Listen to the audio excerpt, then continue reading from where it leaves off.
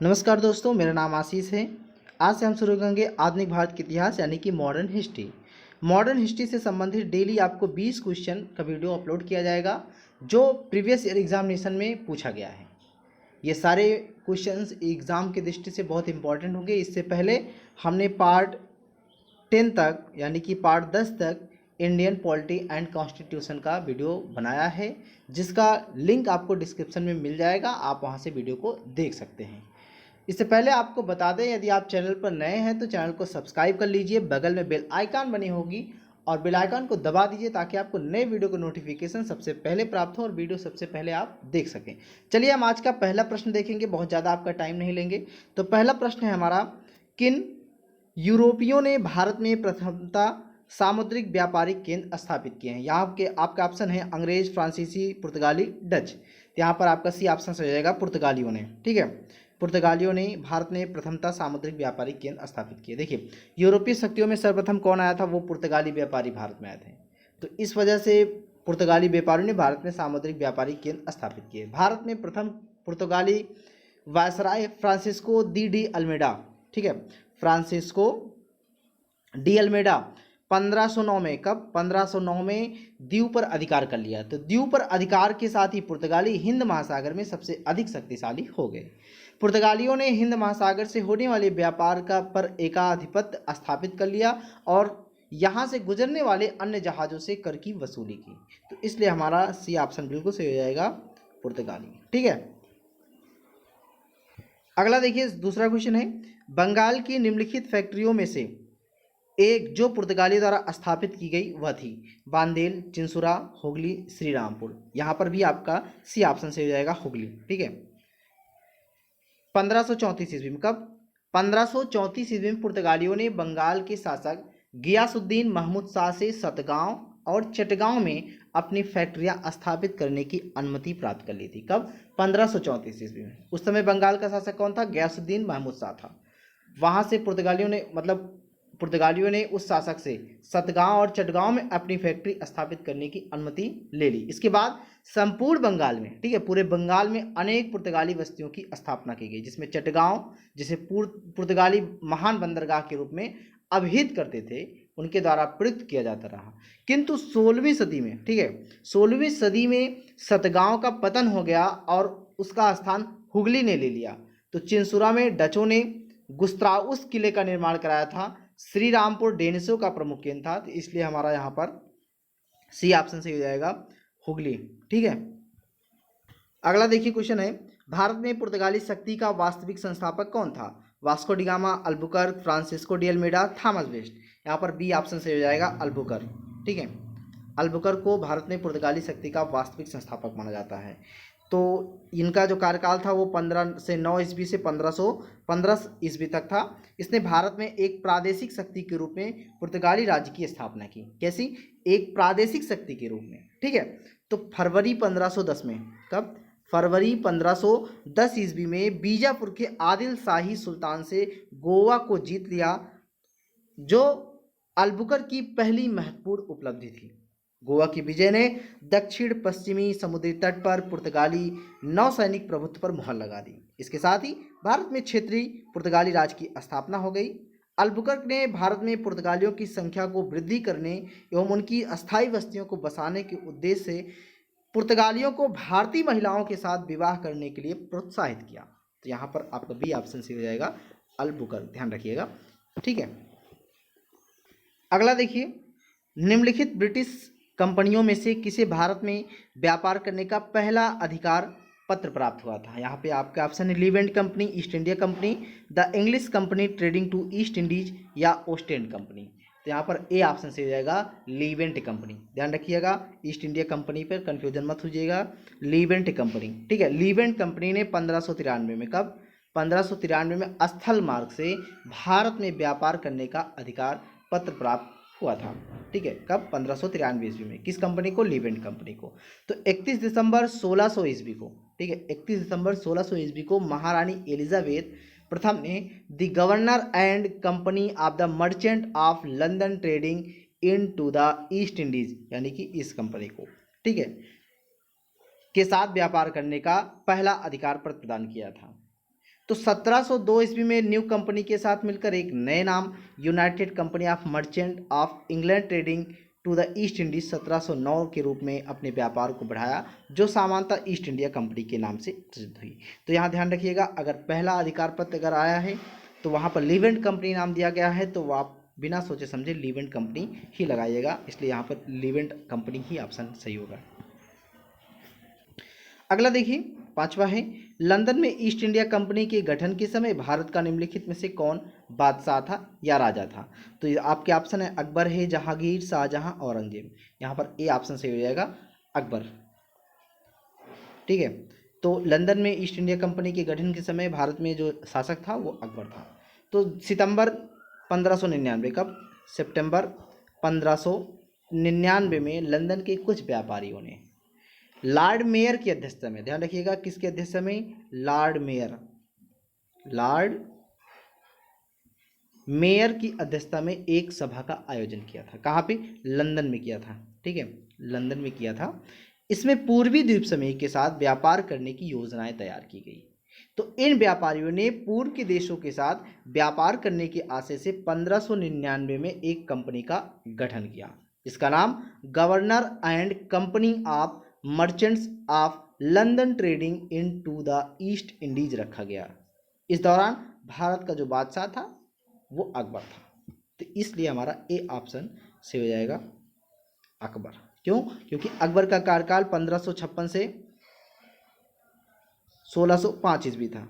ठीक है, और जो कंपनी का गठन हुआ था वो 1599 में हुआ था, तो इसलिए अकबर से होगा। ठीक, अगला देखिए, छठा क्वेश्चन है, किस मुगल सम्राट की काल में इंग्लिश ईस्ट इंडिया कंपनी ने भारत में सर्वप्रथम कारखाना स्थापित किया? अकबर, जहांगीर, शाहजहां, औरंगजेब। यहाँ पर बी ऑप्शन से हो जाएगा जहांगीर।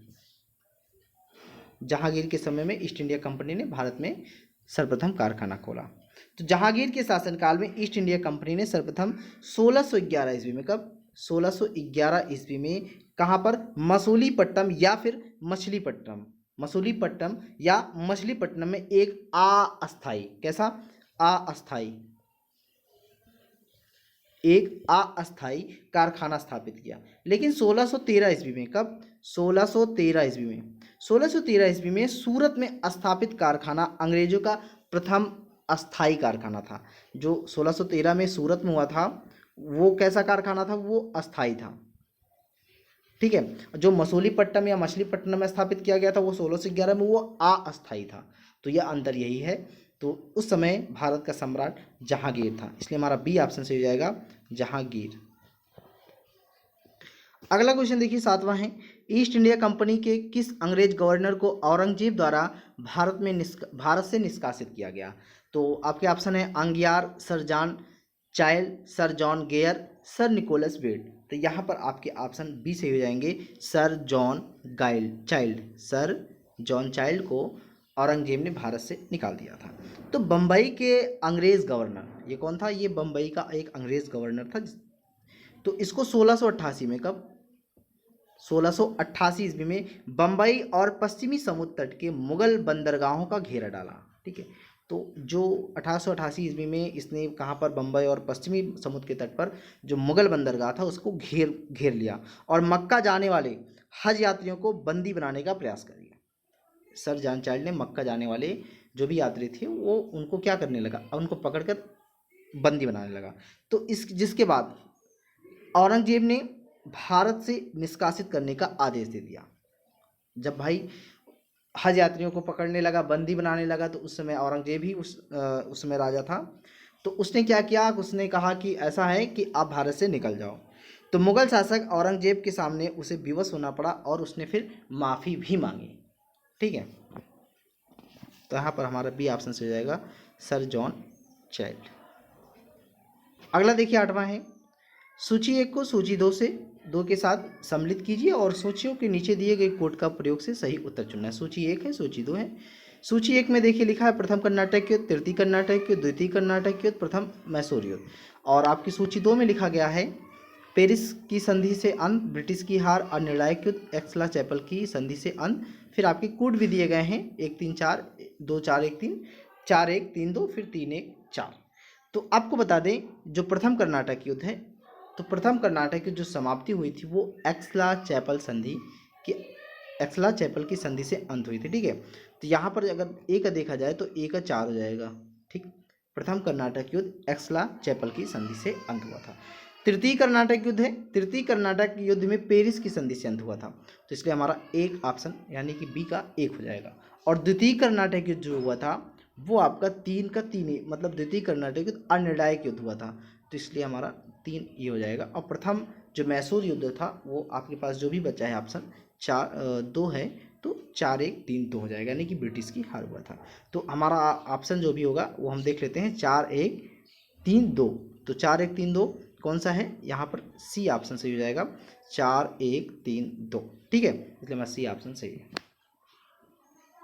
अगला देखिए 9वां है, उस क्षेत्र की पहचान करें जहाँ से, यहाँ मिसप्रिंट हो गया है, यहाँ पर जहाँ से यूरोप वासियों को सर्वोत्तम सोरा और अफीम प्राप्त होता था। ठीक है, सोरा और अफीम, तो वो आपके यहाँ पर ऑप्शन है बिहार है, गुजरात है, बंगाल, मद्रास, यहाँ पर ये ऑप्शन सही हो जाएगा। ठीक है, क्योंकि यूरोप वासियों को सर्वोत्तम सोरा और अफीम बिहार से ही प्राप्त होता था, इसलिए ये ऑप्शन सही हो जाएगा बिहार। अगला देखिए 10वां है, निम्नलिखित पर विचार कीजिए। पहला कथन है मृदा के स्वरूप तथा उपज की गुणों के आधार पर भूमि राजस्व का मूल्यांकन। दूसरा है युद्ध में चलती फिरती तोपों का उपयोग। तीसरा है तंबाकू तथा लाल मिर्च की खेती। तो उपर्युक्त में से कौन सा अंग्रेजों की, ठीक है, अंग्रेजों की भारत को देन थी? तो यहाँ पर ऑप्शन है केवल एक, केवल एक, दो और 3, कोई भी नहीं। तो आपको बता दें कि पहला कथन फिर से हम पढ़ेंगे, मृदा के स्वरूप तथा उपज की गुणों के आधार पर भूमि राजस्व का मूल्यांकन, ये अंग्रेजों की देन नहीं थी, ये अकबर और शेरशाह सूरी के ही समय से प्रचलित थी, इसलिए हमारा पहला कथन गलत हो जाएगा। दूसरा देखिए जो है युद्ध में चलती फिरती तोपों का उपयोग अंग्रेजों ने नहीं किया था, क्योंकि ये मुगल काल से आया था, इसलिए दूसरा भी कथन गलत होगा। तीसरा है तंबाकू और लाल मिर्च की खेती, ये भी अंग्रेजों की देन नहीं है, क्योंकि ये पुर्तगालियों की देन थी, इसलिए तीसरा भी कथन गलत हो जाएगा। तो यानी कि एक भी कथन सही नहीं है, इसलिए डी ऑप्शन सही हो जाएगा, कोई भी नहीं, यहाँ पर सही हो जाएगा, कोई भी नहीं। चलिए देखिए 11वां क्वेश्चन है, किसने ईस्ट इंडिया कंपनी के बारे में यह टिप्पणी की कि कंपनी एक असंगति है? किस कंपनी के? ईस्ट इंडिया कंपनी के।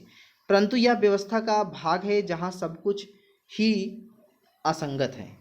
तो वारेन हेस्टिंग ने कहा, GB Macaulay, Lord Clive, Henry Dundas. तो यहाँ पर बी ऑप्शन सही हो जाएगा, जीबी मैकाले। ठीक, लॉर्ड मैकाले ब्रिटेन का राजनीतिक कवि और इतिहासकार था, इसी का लॉर्ड मैकाले नाम किया गया, जीबी मैकाले इसका पूरा नाम है। 1834 से 1838 तक, कब? 1834 से 1838 तक वह भारत की सुप्रीम काउंसिल में लॉ मेंबर तथा लॉ कमीशन का प्रधान या मुख्य या फिर मुखिया था। तो प्रसिद्ध दंड विधान ग्रंथ द इंडियन पीनल कोड की पांडुलिपि इसी ने तैयार किया था। किसने? लॉर्ड मैकाले या जीबी मैकाले ने तैयार किया था। अंग्रेजों की भारत की सरकारी भाषा तथा शिक्षा का माध्यम और यूरोपीय साहित्य, दर्शन तथा विज्ञान वर्ग भारतीय शिक्षा का लक्ष्य बनाने में इसकी महत्वपूर्ण भूमिका थी। ईस्ट इंडिया कंपनी की नीतियों पर टिप्पणी करते हुए लॉर्ड मैकाले ने कहा था कि कंपनी एक असंगति है, परंतु यह व्यवस्था का भाग है जहां सब कुछ ही असंगत हो। तो इसलिए हमारा बी ऑप्शन से हो जाएगा, लॉर्ड मैकाले या जीबी मैकाले। अगला क्वेश्चन देखिए 12वां है, निम्नलिखित में से कौन एक मुगल सम्राट द्वारा नियुक्त बंगाल का अंतिम गवर्नर था? सरफराज खान, मुर्शीद कुली खान, अली वर्दी खान, सुजाउद्दीन मोहम्मद खान।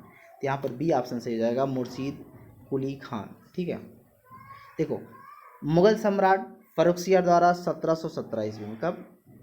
1717 ईस्वी में, 1717 ईस्वी में मुर्शीद कुली खान को बंगाल का गवर्नर या सूबेदार नियुक्त किया।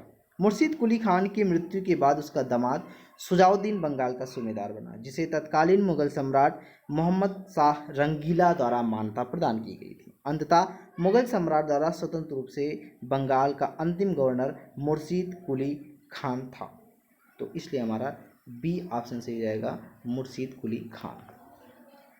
अगला देखिए 13वां है, भारतवर्ष में ब्रिटिश साम्राज्य का संस्थापक कौन था? Warren Hastings, Lord Amherst, Lord Robert Clive, Lord William Bentinck. यहाँ पर सी ऑप्शन से हो जाएगा लॉर्ड रॉबर्ट क्लाइव, ठीक है, रॉबर्ट क्लाइव। तो भारतवर्ष में ब्रिटिश साम्राज्य का जो संस्थापक था वो लॉर्ड रॉबर्ट क्लाइव था, या उनको माना जाता है, जिसने प्लासी की युद्ध, जो प्लासी की युद्ध 23 जून 1757 में हुआ था, ठीक है, जिसने प्लासी युद्ध में बंगाल के नवाब सिराजुद्दौला को पराजित कर पहली बार भारत में ब्रिटिश प्रभुत्व की नींव डाली थी। तो इसलिए हमारा सी ऑप्शन से हो जाएगा लॉर्ड रॉबर्ट क्लाइव। चलिए अगले क्वेश्चन देख लीजिए, 14वां है, सबसे अधिक निर्णायक युद्ध जिसने अंग्रेजों के भारत में प्रभुत्व को संस्थापक किया था।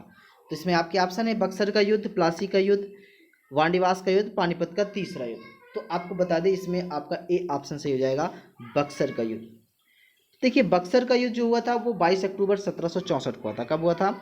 22 अक्टूबर 1764 को हुआ था। जो प्लासी का युद्ध हुआ था वो हुआ था आपका 23 जून 1757 ईस्वी, ठीक है। तो आपको बता दें कि 22 अक्टूबर 1764 को अंग्रेजों ने मीर कासिम, अवध के नवाब शुजाउद्दौला तथा दिल्ली के मुगल सम्राट शाह आलम द्वितीय की सम्मिलित सेना थी। एक तरफ अंग्रेज थे, दूसरी तरफ उन तीनों का नाम था मीर कासिम, अवध का नवाब शुजाउद्दौला और दिल्ली का मुगल सम्राट शाह आलम द्वितीय था, ठीक है। ये तीनों सेनाएं, यानी जो ये सेना थी एक तरफ अंग्रेज थी, अंग्रेजों ने इन तीनों सेनाओं को परास्त कर दिया था युद्ध में। तो इस युद्ध में अंग्रेजों की कमान जो संभाला था उसका नाम था हेक्टर मुनरो। क्या नाम था? हेक्टर मुनरो नाम था। तो इस युद्ध के परिणाम ने प्लासी के निर्णयों पर मुहर लगा दी थी। भारत में अब अंग्रेजों की चुनौती देने वाला कोई दूसरा नहीं था। तो इलाहाबाद तक का प्रदेश अंग्रेजों के अधिकार में आ गया तथा दिल्ली विजय का मार्ग भी खुल गया। तो बक्सर का युद्ध भारतीय इतिहास में निर्णायक सिद्ध हुआ।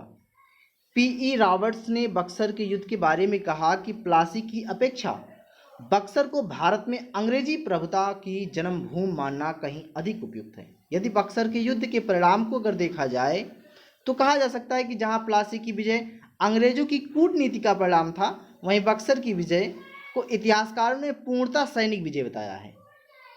प्लासी के युद्ध ने अंग्रेजों की प्रभुता बंगाल में स्थापित की, लेकिन बक्सर के युद्ध ने कंपनी को एक अखिल भारतीय शक्ति का रूप दे दिया था।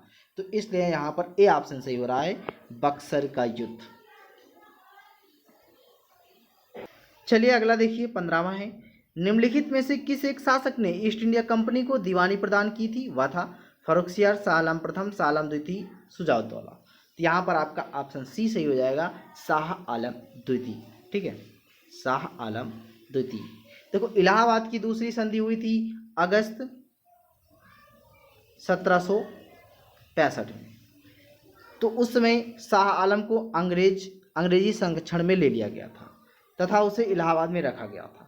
तो इलाहाबाद तथा कड़ा के जो क्षेत्र थे वो नवाब ने छोड़ दिया, ठीक है, इलाहाबाद और कड़ा का क्षेत्र नवाब ने छोड़ दिया।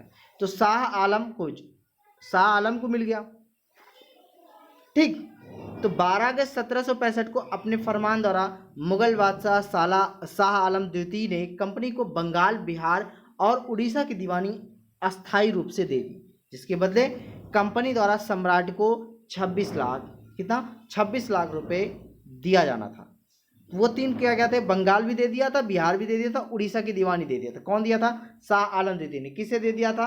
अंग्रेजों को दे दिया था। उसके बदले में अंग्रेज कितने रुपए दे रहे थे? 26 लाख रुपए दे रहे थे, और निजामत बे के लिए करीब कंपनी को 53 लाख रुपए देना था। तो इस समय Robert Clive east India company का बंगाल का गवर्नर था। तो शाह आलम द्वितीय का संपूर्ण जीवन आपदाओं से बड़ा ग्रस्त रहा। उसे 1788 ईस्वी में अंधा कर दिया गया। शाह आलम द्वितीय के समय 1803 पर दिल्ली में अंग्रेजों का अधिकार हो गया। शाह आलम द्वितीय के समय और उसके दो उत्तराधिकारी अकबर द्वितीय और बहादुर शाह द्वितीय ईस्ट इंडिया कंपनी के पेंशन भोगी मात्र बनकर रह गए, ठीक है। यहाँ पर सी ऑप्शन से हो जाएगा, शाह आलम द्वितीय। अगला देखिए 16वां है, 1765 में दीवानी प्रदान किए जाने के बाद ब्रिटिश सबसे पहले निम्नलिखित में से किस पर्वतीय जनजाति के संपर्क में आए? तो गारो, खासी, कुकी, टिपरा। यहाँ पर आपका बी ऑप्शन सही हो जाएगा, खासी। यहाँ खासी लिखा है, खासी नहीं खासी है, खासी एक जनजाति है, ठीक है। तो बंगाल की दीवानी प्राप्त करने के बाद ब्रिटिश 1765 में सिलहट आए थे, तो सिलहट असम में है। तो खासी जनजाति के लोग चावल, नमक और सूखी मछलियों के बदले, ठीक है, किसके, ध्यान रखिएगा, चावल, नमक और सूखी मछलियों के बदले रेशम, सूती सामान, लोहा, मोम, मधु एवं सींग का व्यापार करने हेतु सिलहट की सीमा पर पंडुआ में आते थे। तो खासी पर्वतों में पाए जाने वाले चूना पत्थर का उपयोग तब बंगाल में चूना पत्थर की मांग की पूर्ति हेतु किया जाता था। तो कुछ समय पर ईस्ट इंडिया कंपनी के ब्रिटिश अधिकारी चूना पत्थर का व्यापार करने लगे, जिससे वे खासी जनजातियों के संपर्क में आ गए। तो इसलिए आप ऑप्शन बी सही हो जाएगा, खासी, ठीक। अगला देखिए 17 है, 18वें शतक में भारत में लड़े गए युद्धों का निम्नलिखित में से सही कालानुक्रम कौन सा है। तो यहाँ पर आपके ऑप्शन भी हैं, वांडियास युद्ध, बक्सर युद्ध, अंबर युद्ध, प्लासी युद्ध, अंबर युद्ध, प्लासी युद्ध, वांडिवास युद्ध या बक्सर युद्ध। वांडिवास युद्ध, प्लासी युद्ध, अंबर युद्ध, बक्सर युद्ध, अंबर युद्ध, बक्सर युद्ध, वांडिवास युद्ध, प्लासी युद्ध। इनमें से हमें कालानुक्रम के आधार पर ही चुनना है कि कौन सा ऑप्शन ज़्यादा सही है। तो आपको बता दें, यहाँ पर पहले बी ऑप्शन सही हो जाएगा। पहले अंबर युद्ध हुआ था, फिर प्लासी युद्ध, फिर वांडिवास युद्ध, फिर बक्सर युद्ध। जो अंबर युद्ध हुआ था वो 1749 में हुआ था, ठीक है। अंबर युद्ध कब हुआ था, 1749 में। अब प्लासी युद्ध कब हुआ था, 1757 में। ये हुआ था 1757। जो वांडीवास युद्ध हुआ था, वांडीवास युद्ध हुआ था 1760 में, ठीक है, 1760। और बक्सर युद्ध आप सभी लोग जानते हैं कि 1764 हुआ था। तो ये ज़्यादा सही और सटीक कालानुक्रम है, 1749, 1757, 1760, 1764। देखिए अंबर युद्ध हुआ था, आपको बताते चलेंगे अंबर युद्ध के बारे में। अंबर युद्ध कैसे क्या हुआ था, किसके बीच में हुआ था। तो अंबर युद्ध अगस्त 1749 में। कब हुआ था, ये हुआ था अगस्त 1749 में, ध्यान रखिएगा, अगस्त 1749 में। मुजफ्फरजंग, चंदा साहब तथा फ्रांसीसियों की संयुक्त सेनाओं ने बेल्लूर के समीप, ठीक है, बेल्लूर के समीप अंबर नामक स्थान पर अनवरुद्दीन को पराजित कर उसकी हत्या कर दी। तो मुजफ्फरजंग दक्कन का सूबेदार बन गया। कौन, मुजफ्फरजंग। मुजफ्फरजंग एक व्यक्ति था, वो दक्कन का सूबेदार बन गया। इस उपलक्ष्य में उसने अपने हितकारी डुप्ले को, तो डुप्ले उसमें फ्रांसीसी से नाम था, डुप्ले को कृष्णा नदी के दक्षिणी भाग के मुगल प्रदेशों का गवर्नर नियुक्त कर दिया तथा उत्तरी सरकार के कुछ जिले भी फ्रांसीसियों को दे दिए। इसके अलावा मुजफ्फरजंग की प्रार्थना पर एक फ्रेंच सेना की टुकड़ी बुस्सी के नेतृत्व में हैदराबाद में तैनात कर दी गई। ये आपका अंबर युद्ध से संबंधित था। दूसरा आपका प्लासी युद्ध है, जो प्लासी युद्ध 1757 में हुआ था, ठीक है। तो 1757 में कब हुआ था, 23 जून 1757 को। यह अंग्रेज तथा बंगाल के नवाब सिराजुद्दौला के मध्य हुआ था। किसके, अंग्रेज और बंगाल के नवाब सिराजुद्दौला के बीच में हुआ था। युद्ध के परिणाम स्वरूप अंग्रेजों का पूरे बंगाल पर नियंत्रण हो गया, यानी कि अंग्रेजों की विजय हो गई। और फिर विजय होने के बाद पूरे बंगाल में नियंत्रण इसका हो गया, किसका, अंग्रेजों का। तो क्लाइव उस समय जो इसका नेतृत्व कर रहा था, अंग्रेजों की सेना का नेतृत्व, वो रॉबर्ट क्लाइव था। तो रॉबर्ट क्लाइव ने मीर जाफर को बंगाल का नवाब बना दिया। तो नवाब बनाने के बाद मीर जाफर ने अंग्रेजों को उनकी सेवाओं के लिए 24 परगना, ठीक है, 24 परगनाओं की जमींदारी पुरस्कृत या पुरस्कार स्वरूप दे दिया। और क्लाइव को 2,34,000 पाउंड की निजी भेंट भी दे दिया, ठीक है। ये प्लासी युद्ध से संबंधित। तीसरा जो है वो आपका वांडीवास युद्ध हुआ, जो 1760 में हुआ था, ठीक है। तो वांडीवास युद्ध जनवरी 1760 में हुआ था। ये अंग्रेज और फ्रांसीसियों के बीच में हुआ था, ठीक है, अंग्रेज और फ्रांसीसियों के बीच में हुआ था। युद्ध में कौन पराजित हुआ, फ्रांसीसी ही पराजित हो गए। तो अंग्रेजी सेना का जो नेतृत्व कर रहा था वो सर आयर कूट, जबकि फ्रांसीसी सेना का नेतृत्व कर रहा था काउंट डी लाली। कौन कर रहा था, काउंट डी लाली। जो काउंट डी लाली था वो फ्रांसीसी सेना का नेतृत्व कर रहा था, और जो सर आयरकोट था वो अंग्रेजी सेना का नेतृत्व कर रहा था। इसमें भी अंग्रेजों की विजय हुई। और जो लास्ट है वो बक्सर युद्ध 1764।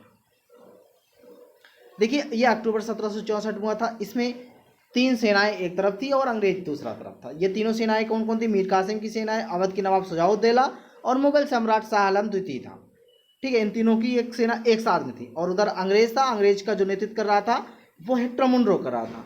तो बक्सर के युद्ध ने प्लासी के निर्णय पर मुहर लगा दी, तो इसमें भी अंग्रेज विजयी हुए। ठीक, तो इसलिए जो हमारा यहाँ पर ऑप्शन सही हो रहा है वो बी ऑप्शन सही होगा। अंबर युद्ध, प्लासी युद्ध, वाणिवास युद्ध, बक्सर युद्ध। फिर से आपको बता रहा हूँ, अंबर युद्ध हुआ था 1749 में, ठीक, 1749 में हुआ था। और प्लासी युद्ध हुआ था 1757 में। कब हुआ था? 1757। वाणिवास युद्ध हुआ था 1760 में। और जो आपका बक्सर युद्ध हुआ था वो 1764 में था। तो इसलिए बी ऑप्शन सही हो जाएगा। अगला देखिए 18वां है, रणजीत सिंह किस मिसल से संबंधित हैं? सुकरचकिया, संधावालिया, अहलूवालिया या रामगढ़िया। तो यहाँ पर ए ऑप्शन सही हो जाएगा, सुकरचकिया। ठीक है, रणजीत सिंह सुकरचकिया मिसल से संबंधित हैं। अगला देखिए 19वां क्वेश्चन है, रणजीत सिंह ने सुप्रसिद्ध कोहिनूर हीरा प्राप्त किया था शाह शुजा से, जमान शाह से, दोस्त मोहम्मद से या शेर अली से। यहाँ पर ए ऑप्शन सही हो जाएगा, शाह शुजा से। तो शाह शुजा से कोहिनूर हीरा प्राप्त किया था। पंजाब अहमद शाह अब्दाली के साम्राज्य का भाग था।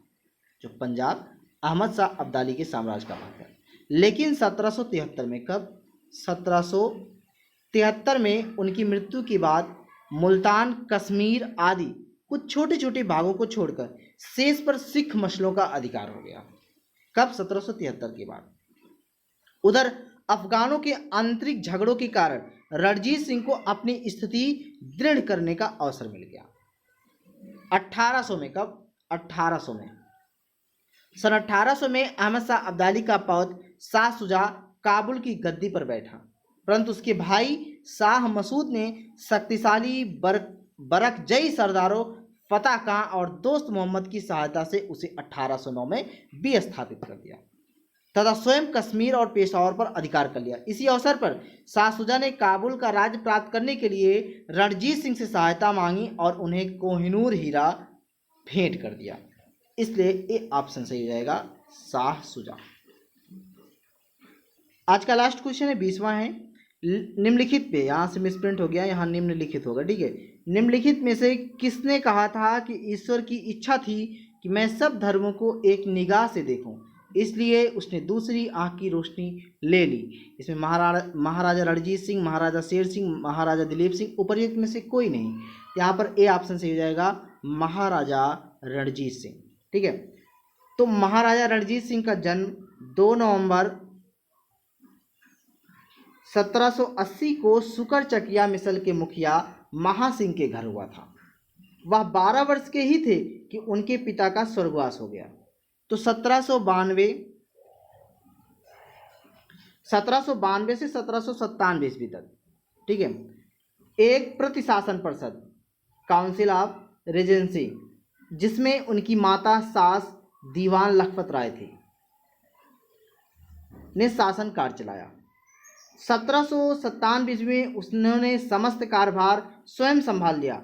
रणजीत सिंह ने लाहौर पर 1799 में, अमृतसर पर 1805 में, अमृतसर में 1805 ईस्वी में, तथा फरीदकोट, मालेर कोटला और अंबाला पर 1808 ईस्वी में विजय प्राप्त कर ली।